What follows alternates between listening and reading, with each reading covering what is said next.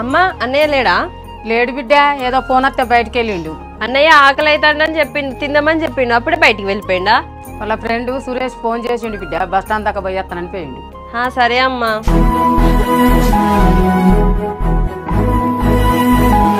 చెప్పు కార్తీక్. కావ్య, ఏం చేస్తున్నావు? ఏం లేదు కార్తీక్, ఇంట్లోనే మా అమ్మతో మాట్లాడుతున్నా. అమ్మతో మాట్లాడుతున్నావా? మరి మీ ఇంట్లో అన్నయ్య లేడా? మా అన్నయ్య ఉంటే ఇంత ధైర్యంగా నీకు ఫోన్ లిఫ్ట్ చేసి మాట్లాడుతున్నా, లేడు కాబట్టి మాట్లాడుతున్నా. మొన్న మా వదిన ముందు ఫోన్ మాట్లాడుతుంటూ కట్ చేస్తే ఎందుకు కట్ చేసాను అడిగినావు కదా, మరి ఇప్పుడు మీ అన్నయ్య ముందు ఎందుకమ్మా ధైర్యంగా మాట్లాడతలేవు? హలో, మా అన్నయ్యకి ఇట్లా ఫ్రెండ్స్ అబ్బాయిలతో మాట్లాడడం అంటే నచ్చదు. అవును, అసలు మీ అన్నకి నీ ఎందుకంత అనుమానం? మనం ఇట్లా ఫ్రెండ్సేగా నార్మల్గానే ఉన్నాం కదా, అయినా ఎందుకంత డౌట్? హలో, నేనంటే మా అన్నకి అనుమానం కాదు, ప్రేమ, జాగ్రత్త. అయినా మీ ఇంట్లో ఇద్దరు మగపిల్లలే కదా, ఒక ఆడపిల్ల ఉంటే అన్ని తెలిసి వచ్చేది మీకు. అవునా, సర్లే కానీ మీ అన్నని మాత్రం బాగానే సపోర్ట్ చేస్తున్నావు కదా.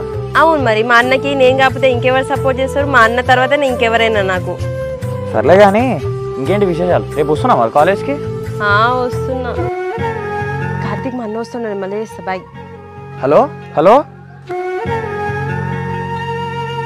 చెల్లె ఇక్కడేం చేస్తానవే?